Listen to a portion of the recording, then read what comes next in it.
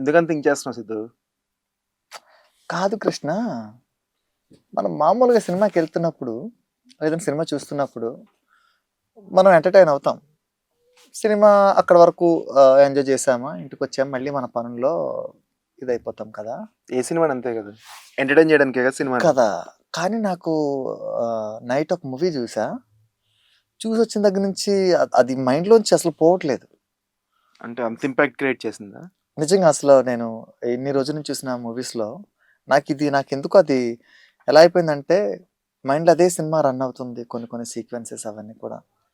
So అదనమాట, అదేదో తెలియని డిస్టర్బెన్స్. అది డిస్టర్బెన్స్ అని కాదు, దాన్ని ఏం చెప్పాలంటే దాన్ని ఊహిస్తేనే చాలా భయంకరంగా ఉందన్నమాట. నాకు అర్థమవుతుంది ఏ సినిమా గురించి మాట్లాడుతున్నావు. చావా ఫిల్మ్. చావా నైట్ చూసా, ఫస్ట్ షోకి వెళ్ళాను కదా. ఏంటి ఎక్స్పీరియన్స్ ఏంటి అసలు నేను మామూలుగా చిన్నప్పుడు సోషల్ బుక్లో మనకి రాజులని ఇవన్నీ చాలా ఉంటాయి కదా. అవి చూసినప్పుడు ఎలా ఉంటుందంటే రాజు వెళ్తాడు, యుద్ధాలు చేస్తాడు, గెలుస్తాడు, లేదంటే చనిపోతాడు. ఇదంతా చాలా రెగ్యులర్ థింగ్.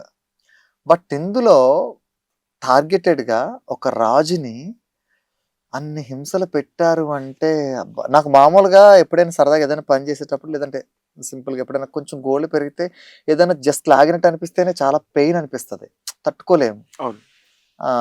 అది ఒకవేళ ఫర్ సపోజ్ నువ్వే సరదాగా ఎలాగంటేనే కోపం వచ్చి కొట్టాలనిపిస్తుంది కదా. బేసిక్ గా ఏముంది, స్కిన్ ని గిల్లినా గానీ అనిపిస్తుంది కదా.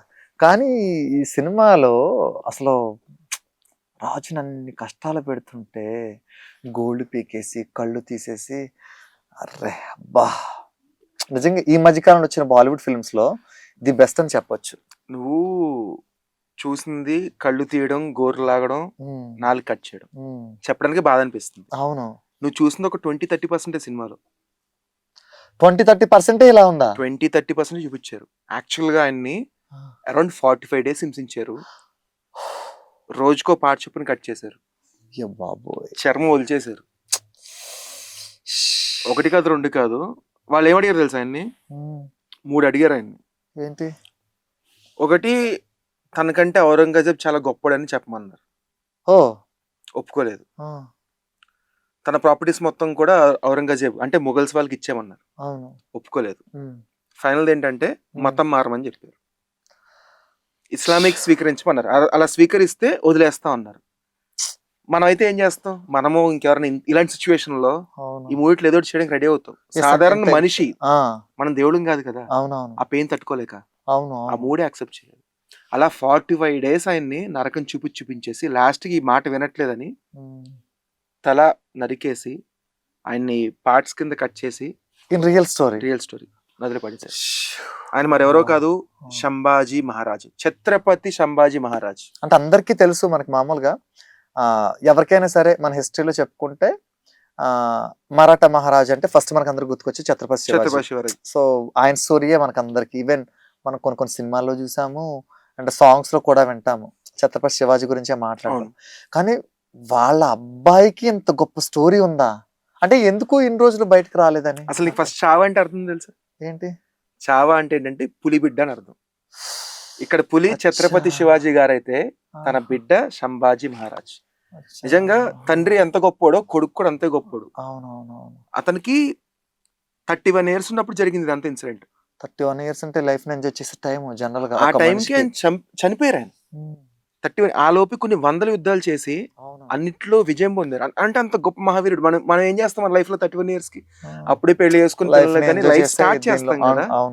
ఆ టైంకి ఆయన మొత్తం కంప్లీట్ చేసుకున్నాడు. ఆయన అంత గొప్ప మహావీరుడు కదా. అంటే నాకు ఆ సినిమా చూసి వచ్చిన దగ్గర నుంచి నాకు అనిపించింది ఏంటంటే, మనం చాలా రోజుల నుంచి అని కదా, సారీ, ఇయర్స్ నుంచి అనుకోవచ్చు, కొన్ని ఇయర్స్ నుంచి కూడా ఒకప్పుడు ఇండియన్ ఫిల్మ్ అంటే ఓన్లీ బాలీవుడ్ సినిమా, ఇప్పుడు ఇండియన్ ఫిల్మ్ అంటే తెలుగు సినిమా అన్నట్టు అయిపోయింది. నాట్ ఓన్లీ తెలుగు అంటే తమిళ మూవీస్ అలాగా, సౌత్ ఇండియన్ ఫిల్మ్ అంటే కంటెంట్ ఓరియంటెడ్ వస్తున్నాయి అనమాట. కంటెంట్ ఇస్తున్నాయి కాబట్టి ఇప్పుడు ఒకప్పుడు ఇటువైపు మన 4 languages లో వచ్చిన మూవీస్ ని కొంచెం చిన్న చూపు ఉండేది అనమాట. ఒకప్పుడు అవార్డ్స్ కూడా పెద్దగా వచ్చేవి కావు. అలాంటిది ఒక్కసారిగా కాయిన్ ఫ్లిప్ అయ్యి తిరిగినట్టుగా ఇప్పుడు తెలుగు ఫిల్మ్స్ ఇంత బాగా వస్తున్నాయి, అలా అయిపోయింది. ఇప్పుడు కరెక్ట్ ఇలాంటి టైంలో ఆల్మోస్ట్ బాలీవుడ్ కొంచెం తగ్గుతున్న టైంలో ఈ సినిమా అనేది బాలీవుడ్ కి ఒక మంచి బూస్టప్ కదా. ఎందుకంటే నార్త్ ఇండియాలో పుష్ప రికార్డ్స్ ని కొడుతుందండి. ఓ అచ్చా. ఇది మోరోవర్ ఇది బాలీవుడ్, తెలుగు, కన్నడ అని పక్కన పెడితే ఒక మరాఠా ఎంపైర్. అవును, అంత గొప్ప వీరుడు ఛత్రపతి సంభాజీ మహారాజ్. అవును, అంటే మన ఇండియన్ సినిమా అది. అవును, అవును, హిందువుల సినిమా అది. అవును, మన రిలీజన్ కాపాడడానికి వాళ్ళు చేసిన కృషి అంత ఇంత కాదు, అసలు వాళ్ళ సినిమా ఇది. ఓకే ఓకే, సినిమా అయితే సినిమా గురించి మాట్లాడుకుంటే అసలు దీనికి లక్ష్మణ్ ఉటేకర్ గారు డైరెక్టర్ కదా. అసలు ఆ టేకింగ్ అండ్ మేకింగ్ అనేది చాలా బాగా అనిపించింది. తెలుగులో కూడా రిలీజ్ చేస్తుంటే ఇంకొంచెం కలెక్షన్స్ బాగా వచ్చాయి. మరి ఎందుకు వాళ్ళు కాన్సన్ట్రేట్ చేయాలో తెలియదు కానీ మెయిన్ గా ఇలాంటి హిస్టారికల్ ఫిల్మ్స్ తీసేటప్పుడు మన హిస్టరీ చెప్తున్నారు కదా, ఇప్పుడున్న జనరేషన్ కానీ ఇప్పుడున్న వాళ్ళకి తెలియని వాళ్ళకి కావచ్చు, ఇది చెప్పేటప్పుడు అందరికి రీచ్ అయ్యేలా ఉండాలంటే అట్లీస్ట్ మేజర్ లాంగ్వేజెస్ అంటే మన వైపు 4 లాంగ్వేజెస్ కదా, ఇందులో కూడా రిలీజ్ అయ్యి ఉంటే. నమ్ముతావా, సినిమా రిలీజ్ అయ్యేంత వరకు కూడా ఈవెన్ నాకు కూడా తెలియదు ఎవరు సంభాజీ మహారాజు తెలియదు. ఛత్రపతి శివాజీ మహారాజ్ అంటే నాకు చాలా ఇష్టం, నేను ఫాలో అవుతూ ఉంటాను గానీ ఆయన కొడుకు గురించి ఇంత డీటెయిల్ గా తెలియదు. అప్పుడప్పుడు అడపాదడప ఆయన ఇలా చంపారంట అని, ఎంతసేపు ఇంకోటి కూడా మొఘల్స్ ఇలా హింసించి చంపారనే దాని గురించి మాట్లాడుకున్నాం ఈవెన్ మనం కూడా. కానీ ఆ లోపు ఆ చనిపోయే టైంకి ఆయన ఎంత సాధించాడు, మొఘల్స్ ని ఎలా ఆడుకున్నాడు, ఎంత సక్సెస్ రేట్ ఉందని యుద్ధాలకి చాలా తక్కువ మంది తెలుసు. కానీ ఇలా దొంగ దెబ్బ తీసి చంపడం అనేది చాలా, దొంగ దెబ్బ తీయకుండా టచ్ చేసే దమ్ముందా? అదే ఆయన ఒక పులితో కూడా తలబడే అంత గొప్ప వీరుణ్ణి దొంగ దెబ్బ తీయకుండా నువ్వు ఫేస్ టు ఫేస్ గొడపడేంత దమ్ముందా? ఔరంగజేబ్ అనేవాడు సాడిస్ట్ పార్టీ ఏంటి తెలుసా, ఏంటంటే దుర్మార్గం ఏంటి తెలుసా, మనల్ని మన ఇండియన్స్ ఇంత ఇబ్బంది పెట్టి మన కల్చర్ ఇంత నాశనం చేసి ఎవరైతే నాశనం చేశారో ఔరంగజేబ్ అనే వ్యక్తి కొన్ని 100 గుళ్ళు ధ్వంసం చేశాడు భారతదేశం. అవును, అవును, అవును. నువ్వు పుణ్యక్షేత్రాలు చూడు, మెయిన్ టెంపుల్స్ చూడు, చాలా ప్రతి చోట నీకు ఐడిల్స్ అన్ని కూడా బ్రేక్ అయిపోయాయి. మహానుభావులు చేసింది ఎవరంటే ఈ ఔరంగజేబు, వీళ్ళు మొఘల్స్ చేసింది.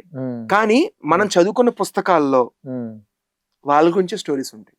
ఔరంగజేబ్ ఎవరు, అక్బర్ ఎవడు, బీర్బల్ ఎవడు, షాజహాన్ ఏంటి, వీళ్ళ గురించి చదువుకున్నాం గానీ మనం ఈయన గురించి చదువుకున్నావా? ఎంత గొప్ప స్టోరీ అసలు, ఎందుకు నాకు ఇన్ని రోజులు తెలియలేదా అనిపించింది సీరియస్లీ. మన ఇక్కడ నుంచి మన హైదరాబాద్ నుంచి కట్ చేస్తే మహా అంటే కొన్ని 100 కిలోమీటర్ల దూరంలో ఆయన ఉండేవాడు. ఎక్కడో ప్రపంచంలో ఎక్కడో మూల కాదు కదా, ఏదో అమెరికాలోనే ఎక్కడో లేని మనిషి, అంతా పోతే మహారాష్ట్ర. అలాంటి వ్యక్తి గురించి ఇంత వయసు వచ్చింది ఇప్పుడు తెలుసుకున్నాం, అది కూడా ఒక సినిమా వల్ల. అంటే అట్లీస్ట్ ఇప్పుడేం తెలుసుకున్నాను, హ్యాపీగా ఉంది. అట్ ది సేమ్ టైం బాధ అనిపిస్తుంది. అరే నాకు అనిపించింది అంటే రష్మిక ఆల్రెడీ పుష్పతో రైజింగ్ లో ఉంది కదా, సో సూపర్ కదా. ఆ తర్వాత కంప్లీట్ గా మన తెలుగు నేటివిటీని బేస్ చేసుకొని వచ్చిన సినిమా పుష్ప. అందులో పర్ఫార్మెన్స్ చేసే స్టైల్ వేరే, ఇందులో ఈ సినిమాలో కంప్లీట్ గా డిఫరెంట్ అన్నమాట, చాలా డిఫరెంట్ క్యారెక్టర్. అందులో రాగా ఫ్లిప్ చేసినట్టే, అందులో చాలా రా క్యారెక్టర్ అన్నమాట, ఇంకా బాగా వితౌట్ మేకప్ చేయాలి అలా ఉంటుంది. ఈ సినిమాలో రష్మిక కూడా అసలు అంటే ఇచ్చిన క్యారెక్టర్ కి ఆ క్యారెక్టర్ కి ఎంత వెయిట్ ఉందో అంత పర్ఫార్మెన్స్ చేసింది. ఎందుకంటే ఇంకోటి మనం చెప్పుకోవాల్సింది సినిమాలో వైఫ్ రోల్ చాలా ఇంపార్టెంట్ ఈ సినిమా. ఎందుకంటే రియల్ లైఫ్ లో కూడా ఎక్కడ కూడా ఫిక్షన్ కాదు ఇది. రియల్ లైఫ్ లో కూడా ఆవిడ యేసుబాయ్, ఆవిడ మన సంభాజీ మహారాజు ఒక దగ్గర లేకపోయినా వాళ్ళ మైండ్ మాట్లాడుకునేదని నేను విన్నాను అనమాట. ఆయన ఎక్కడ యుద్ధంలో ఉన్నా, ఆయన చనిపోయే టైంలో కూడా ఆయన మైండ్ ఏదైతే మాట్లాడుతుందో ఇక్కడ ఆవిడకి అదే అర్థమయ్యేది. అంటే అంత గొప్ప లవ్ వాళ్ళిద్దరిది కూడా. కానీ ఇక్కడ డైరెక్టర్ ఒక విషయంలో మెచ్చుకోవచ్చు. ఏ విషయం అంటే ఇలాంటి ఫిల్మ్స్ కి ఆ ఇంపాక్ట్ ఆడియన్స్ లోకి వెళ్ళాలంటే మ్యూజిక్ చాలా ఇంపార్టెంట్ కదా. AR Rahman music, Oscar winner. అసలు ఎంత యాడ్ ఆన్ అయిందంటే సినిమాకి, ప్రతి సీన్ లో మనం అంటే మనకు తెలియకుండానే నువ్వు సినిమా చూడకపోయినా, ఒకవేళ ఫర్ సపోజ్ నువ్వు పొరపాటున కళ్ళు మూసుకున్నావు, ఏ రీజన్ వల్ల అయినా తుమ్మొచ్చింది కళ్ళు మూసుకున్నావు, లేదంటే కింద ఏదో పడిపోయింది ఇలా వంగా, ఆ టైంలో కూడా మ్యూజిక్ కనెక్ట్ చేస్తుంది సీన్ కి. అంత మంచి మ్యూజిక్ ఇచ్చారు రెహమాన్. మ్యూజిక్ చాలా నాకు. అండ్ మ్యూజిక్ తో పాటు ఇంకోటి ఏంటంటే మేకప్. అవును, అవును, దీనికి దండం పెట్టాలి అసలు నిజంగా. అంటే ఇలాంటి వాటికి అదే కదా ఇంపార్టెంట్, కాస్ట్యూమ్ కానీ మేకప్ కానీ ఇదంతా కూడా కంప్లీట్ గా ఇప్పుడున్న ఇప్పుడు మన డ్రెస్సింగ్ స్టైల్ కానీ మనం చేసుకుంటున్న ఇదంతా కూడా ఒకలా ఉంటది. ఆ డేస్ లోకి అది వెళ్ళిపోతే అది ఎర్లీ అంతా 16th century kind of 16th 17th century మధ్యలో అది ఆ టైంలో అంతా చాలా డిఫరెంట్ గా ఉంటది కదా దానికి దీనికి అసలు. కాస్ట్యూమ్స్ కి. అండ్ విక్కీ కౌశల్ కూడా ఆ పర్ఫార్మెన్స్, ఆ బాడీకి తగ్గట్టుగా కాస్ట్యూమ్, మనిషి హైట్ ఉంటాడు కదా, అవునవును విక్కీ అవును కౌశల్ హైట్ ఉంటాడు కదా, ఆ బియర్డ్ పెట్టి అవును ప్రాపర్ ఆ కాస్ట్యూమ్ లో నిజంగానే మన ఛత్రపతి శివాజీ గారిని చూస్తే ఎలా ఉంటది అవునవును ఆయన బియర్డ్ తో. అవును అది అలాగే నిజంగా ఈయన ఇలాగే ఉన్నారేమో అవును అనిపించేది. ఏదో యాక్టర్ అంటే తీసుకొచ్చేసి కొంచెం హైట్ తక్కువ ఉన్న వాళ్ళు, లావు ఉన్న వాళ్ళు కాదు, యాస్టిస్ ఛత్రపతి శివాజీ కొంచెం ఫిట్ కనబడతారు కదా. సెట్ అయ్యేలాగా. ఈ పోర్షన్ బియర్డ్ ఎలా ఉంటది, పైన ఈ పోర్షన్ ఎలా ఉంటది, అవును అలానే ఉన్నాడు విక్కీ కౌశల్. బాగా అండ్ చేశారు. క్లైమాక్స్ లాస్ట్ 20 minutes ఒంటి నిండా ఘాట్లు ఇవన్నీ కూడా, ఆ, ఆ మేకప్ నిజంగా కట్ అయిపోయింది. అవును నాకు కూడా అదే ఆ, అంటే అదేమంటాము నిజంగా ఎక్కడ కూడా ఇది సినిమా ఇందులో దీనికి ఎలా చేసుంటారు లేదంటే ఇదంతా ఒక గ్రాఫిక్స్ అను విఎఫ్ఎక్స్ అదేమి గుర్తురాల 20 నిమిషం అంతే స్క్రీన్. ప్రతి ఒక్కడు నేను చూస్తే, ఈవెన్ నేను కానీ మళ్ళీ ఏడుపు రావట్లేదు. నాకైతే ఏడుపు రాలేదు, నాకు చాలా గర్వంగా అనిపించింది. అరే ఇదిరా మనం అనిపించింది. అదే అంటే నాకు కూడా నాకేంటంటే ఇక్కడ నేను చెప్పింది ఎందుకు కొంచెం లోగా అనిపించింది అంటే ఆయన అన్ని రోజులు అన్ని ఇబ్బందులు అన్ని హింసలు పెడుతున్నా సరే తట్టుకొని నుంచున్నాడే కానీ ఆ అసలు బెగ్ చేయలేదు, నన్ను వదిలేయండి, అదే అంటున్నాను, లేదా నేను మతం మారిపోతాను, సెల్ఫ్ రెస్పెక్ట్ ఎక్కడ అది వదలలేదు. ఆయన ఒక డైలాగ్ కొట్టాడంట, నేను చచ్చిపోతే ఛత్రపతి శివాజీ మహారాజు కొడుకుని చచ్చిపోతానంట. అసలు అలాంటి కొడుకు ఎవరు దొరుకుతుంది చెప్పాలండి కొడుకు.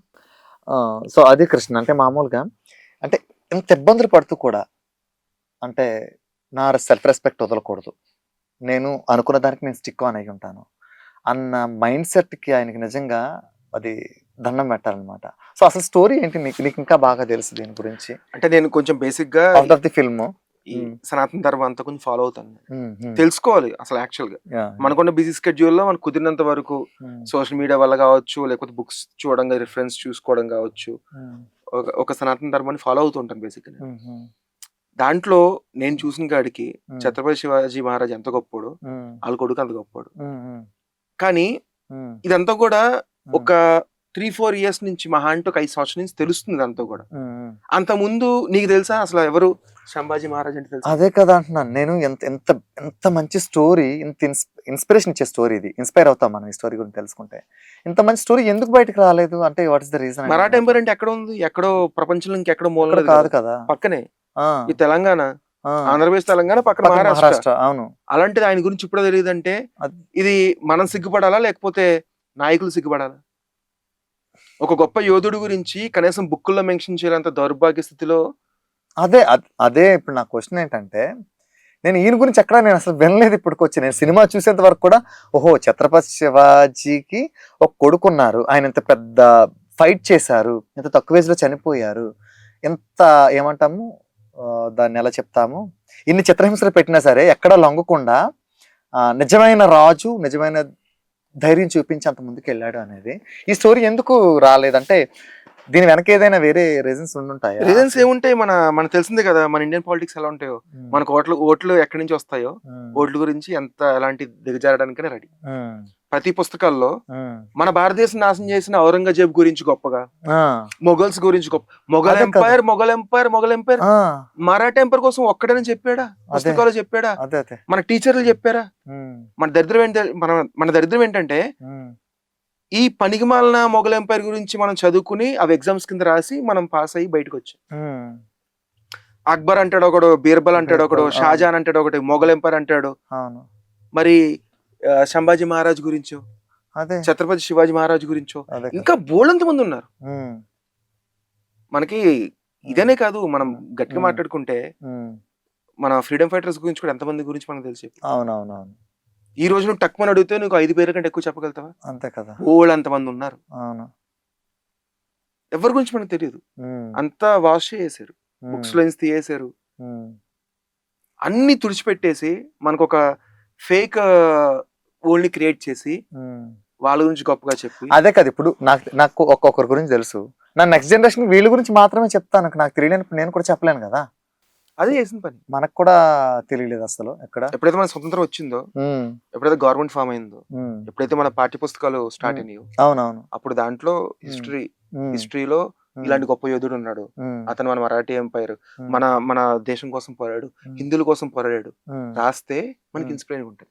రాయకపోతే అతన్ని పక్క పెట్టేసి మొఘలీయులు వచ్చారు, మొఘలీయులు పరిపాలన బాగా చేశారు, నిజామ్స్ బాగా చేశారు. అదే ఇప్పుడు ఎలా అంటే సింపుల్ ఎగ్జాంపుల్ నేను చెప్తాను చూడు.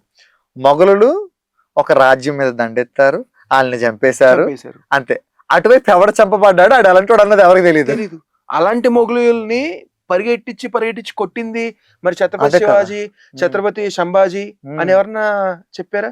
నీకు తెలుసా కనీసం? అదే చెప్తున్నా నేను, అంటున్నాను కదా. అంటే మన పైన దండయాత్ర ఎవరు చేశారో వాళ్ళ కోసం గొప్పగా మనకి చిత్రీకరించి ఇన్ని రోజులు మనం చెప్తే మనం చూసుకుంటూ ఓహో అనుకుంటే ఇన్ని రోజులు బతికాం మనం. అవును అవును, అలాంటి సిచ్యువేషన్స్ బతుకుతున్నాం మనం. నాకు షాక్ అదే సినిమా చూసినప్పుడు. ఈ మొఘలులు ఇలా ఇక్కడ తన పైన ఫైట్ చేశారు, వచ్చారు ఫైట్ చేయడానికి, యుద్ధం చేయడానికి వచ్చారు. చేసి అది కూడా ఏంటంటే ఎంత చేసి కూడా స్ట్రైట్ గా ఏం చేయలేకపోయారు. స్ట్రైట్ గా ఎప్పటికీ చేయలేరబ్బా. స్ట్రైట్ గా అసలు వెళ్ళి ఫేస్ టు ఫేస్ ఫైట్ అనేది జరగకుండా పొడవడమే కాన్సెప్ట్ కదా. ఫేస్ టు ఫేస్ గొడవ పడేంత దమ్ముందా? ఇప్పుడు ఈయన సంభాజీ మహారాజును కూడా ఆయన వెనక నుంచి వెన్నుపోటు పొడుగుచుండకపోయి ఉంటే ఆ రోజు గెలిచేవాడు. ఔరంగజేబ్ పని అయిపోయేది, వెన్నుపోటు పొడిచారు. ఏమైనా జరిగేది అదే కదా. ఓకే, అంటే ఇప్పుడు ఈ స్టోరీ తెలిసింది నాకైతే. స్టోరీ చూస్తున్నాను సేపు కూడా రే, అంటే నిజంగా లైఫ్ అనేది షార్ట్ అయినా కానీ మనల్ని చూసి ఇంకొకరు ఇన్స్పైర్ అయ్యేలాగా ఉంటే అది వేరే. అంటే మనం చచ్చాక చూస్తామో చూడమో తర్వాత విషయం, అట్లీస్ట్ ఆ పేరు గుర్తుండిపోతుంది కదా, అలాగా జనాలు మాట్లాడుకుంటారు. ఇది చూసినప్పుడు నిజంగా అనిపించింది నాకు, అరే అంటే ఎంత ఫైటింగ్ స్పిరిట్ తోటి ఎంత బాగా చేసి అనుకున్న మాట కోసం ఎలా పోరాడొచ్చా, అసలు ఎలాంటి వాళ్ళు నిజంగా ఉంటారా, నిజంగా స్టోరీ ఏనా లేకపోతే నిజంగా రియల్ స్టోరీయా కాదా, అన్ని క్వశ్చన్స్ నా మైండ్ లోకి వచ్చాయి. అంటే సినిమా కోసం మాత్రమే వీళ్ళు, తెలుసు కదా అంటే మూవీస్ అంటే డ్రామా యాడ్ చేస్తారు అనుకున్న దానికంటే డ్రామా యాడ్ చేస్తారు చాలా మంది. కానీ నువ్వు చెప్పిన దాన్ని బట్టి చూస్తే సినిమాలో చూపించి జస్ట్ 30% అంటుంటే నాకు ఫ్యూజ్ ఎగిరిపోతున్నాయి. 30% చూపించారు అసలు. చాలా మంది ఆ పోస్టర్స్ చూసుకుని ఛత్రపతి శివాజీ మహారాజ్ అనుకుంటున్నారు, సంభాజీ మహారాజ్ గురించి ఎవరు అనుకుంటలేదు. తెలీదు, ఎవరికి తెలీదు. సినిమా తీయడం వల్ల నిజంగా థ్యాంక్స్ చెప్పుకోవాలి డైరెక్టర్ కి. సో దీని నుంచి అంటే ఇప్పుడు ఈ సినిమా వచ్చింది కాబట్టి ఈ స్టోరీ ఇంపాక్ట్ అనేది తర్వాత వాళ్ళకి ఏమైనా ఉంటుంది? 100% ఉంటుంది. అట్లీస్ట్ ఇప్పుడు ఈ స్టోరీ తెలిసింది మనకి, ఇప్పుడు ఫర్ సపోజ్ బుక్స్ లో గానీ అలాంటి వాటిలో యాడ్ చేయడం ఏమైనా జరిగే ఛాన్స్ ఉంది? డెఫినెట్ గా. సుమారు 78 సంవత్సరాల నుంచి మన పుస్తకాల్లో ఒక చెత్త నింపారు. ఎక్స్వైజెడ్ పొలిటీషియన్ ఎవరో పేర్లు చెప్పవసరం లేదు, చెత్త నింపారు. కానీ ఇప్పుడు అలా కాదు, చాలా వరకు పాఠ్య పుస్తకాల్లో మారినాయి. ఇప్పుడు తెలంగాణ తీసుకుందాం, నా చిన్నప్పుడు నిజామ్స్ కోసం ఎంత గొప్ప చెప్పారంటే, నిజామ్స్ కోహినూరు డైమండ్ ఉండేది, కాళ్ళకు పెట్టుకుని తిరిగేవాడు, నిజాం గొప్పోడు, రోల్స్ కార్లతో చెత్తటిచ్చాడు. అలాంటి నిజాం ఎంతో దుర్మార్గుడు, బతుకమ్మ పండుగలకి ఎలాంటి ఘోరాలు చేసాడు ఎక్కడ చెప్పలేదు. రజాకార్ ఒక సినిమా వచ్చింది, మొత్తం తెలిసింది నిజాం ఎంత దుర్మార్గుడా. మన థింకింగే మారిపోయింది. అవును అవును, ఒకప్పుడు పుస్తకాలతో తెలుసుకునే వాళ్ళం, ఇప్పుడు పుస్తకాలు కుదరట్లేదేమో కానీ సినిమాల ద్వారా ఎంతో కొంత తెలుసుకుంటున్నాం. మనం పిచ్చోళ్ళం కాదు కదా. ఇప్పుడు ఎన్ని రోజులు దాస్తారు చెప్పు ఒక నిజాన్ని? ఇప్పుడు ఒక మంట తీసుకొచ్చి గడ్డిలో ఎన్ని రోజులు దాస్తాను? ఏ రోజుకైనా ఆ మంట గడ్డిని తగలబెట్టేస్తుంది, బయటకు మంట తెలుస్తుంది. గొప్ప గొప్ప యోధుల గురించి మొత్తం అంతా వానిష్ చేద్దాం చాలా ట్రై చేశారు. ఈ రోజు ఒక సుభాష్ చంద్రబోస్ ఎంత గొప్పోడో, ఒక భగత్ సింగ్ ఎంత గొప్పోడో, ఒక చంద్రశేఖర్ ఆజాద్ ఎంత గొప్పోడో, రాణి రుద్రమదేవి ఎంత గొప్పదో, ప్రతి ఒక్కరి గురించి, ఒక శివాజీ మహారాజ్ గురించి కావచ్చు, వాళ్ళ కొడుకు గురించి కావచ్చు, ఇంకా ఎంతో మంది ఉన్నారు. అందరి కోసం మెల్లగా తెలుస్తాయి. అంటే ఈ ఇంపాక్ట్ మనకు ఇప్పుడు నాకు తెలిసింది కదా, రేపు నా జనరేషన్ పక్క చెప్పుకుంటాను నేను.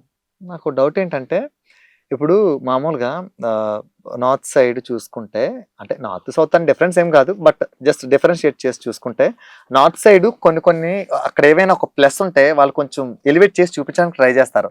అయినప్పటికీ కూడా ఛత్రపతి శివాజీ అండ్ ఫ్యామిలీ అనేది మనకి మరాఠా రాజు ఆయన.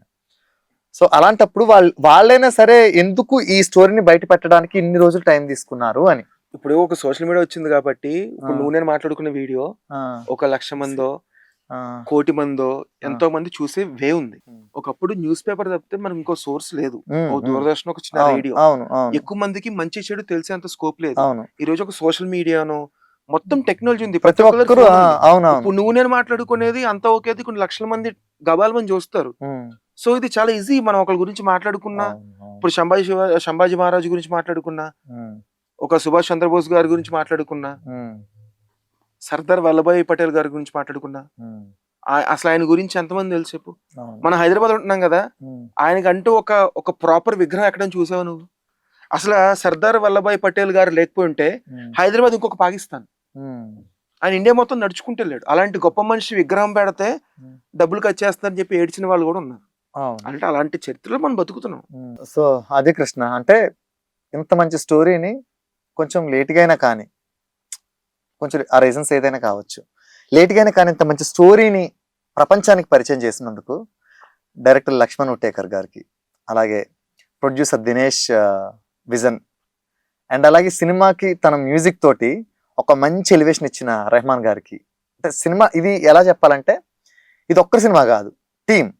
అండ్ స్క్రీన్ పైన అంత గొప్పగా నటించిన విక్కీ కౌశల్, అసలు ఏమి స్క్రీన్ ప్రెజెన్స్ కానీ, అంటే తన యాక్టింగ్ స్కిల్స్ కానీ, అంటే ఇంతకు ముందు విక్కీ కౌశల్ని చాలా మూవీస్లో చూసాం కొన్ని. తను మంచి డాన్సర్ కూడా తను. సో చాలా బాగా చూసాము. ఒక్కసారిగా ఒక డిఫరెంట్ క్యారెక్టర్లోకి వచ్చి అందులో కూడా తను 100% ఇచ్చి చేశాడు. నిజంగా అది స్పీచ్లెస్ అనమాట. సో టీం అందరికి కూడా థ్యాంక్స్ చెప్పాలన్నమాట.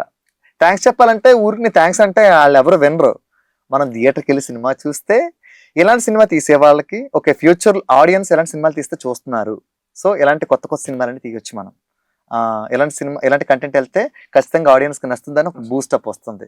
సో థ్యాంక్స్ చెప్పాల్సిన అవసరం లేదు ప్రత్యేకించి. మన సినిమాకి థియేటర్కి వెళ్ళి సినిమా చూస్తే అది మనం చెప్పే థ్యాంక్స్ లానే ఈ టీమ్ కి సెల్యూట్ చేయాలి. ఎస్, అవును. ఆ మహానుభావులకు దండం పెట్టుకోవాలి. సో చూద్దాం, అట్లీస్ట్ ఒకవేళ వీళ్ళు ఓటీటీలోకైనా తెలుగు అండ్ ఇటువైపు లాంగ్వేజెస్ లో రిలీజ్ చేస్తే బాగుంటుంది. సినిమా చాలా హ్యూజ్ సక్సెస్ అయింది కాబట్టి డెఫినెట్ గా తెలుగులోకి వాళ్ళు డబ్ చేస్తారు. డబ్ చేస్తే తెలుస్తుంది. ఎలాగో ఇప్పుడు థియేటర్ లో చాలా మంది చూస్తారు. కానీ నువ్వు గమనించావా, నాకు హిందీ అంతంతం వచ్చు, అసలు హిందీ రాని వాళ్ళు కూడా థియేటర్కి వెళ్ళి చూసి వాళ్ళు అర్థం చేసుకుని ఎమోషన్ అవుతున్నారు. అవును, అవును. సినిమా గురించి Vicky Kaushal acting out side. Director ఒక వీడియో చూసాను, దాంట్లో డైలాగ్ ఉంటది, నమో పార్వతి పతయ హర హర మహాదేవ్ అని ఒక డైలాగ్. అది అప్పటికప్పుడు స్క్రిప్ట్ లో లేదంటే అప్పటికప్పుడు యాడ్ ఆన్ చేశారు. ఎంత బాగా చేశాడంటే మొత్తం ప్రాణం పెట్టి చేశాడు. బట్ ఎనీవేస్ నేనైతే మళ్ళీ ఇంకొకసారి థియేటర్కి వెళ్ళి చూస్తాను సినిమా. ఈసారి కలిసి చూద్దాం. ఎస్, అవును. అక్కడ థియేటర్ లో మాట్లాడుతుంది, చూద్దాం. సినిమా అయితే హ్యూజ్ సక్సెస్ అయింది. సో ఇలాంటి సినిమాలు మళ్ళీ రావాలి. మనకు తెలియని స్టోరీస్ ఇంకా మనకు తెలియాలి. మన చరిత్ర అంటే మన కల్చర్ అని చెప్పుకోవాలి. మన కల్చర్ లో ఒక పార్ట్ మన చరిత్ర అనేది, మన బాడీలో ఒక పార్ట్.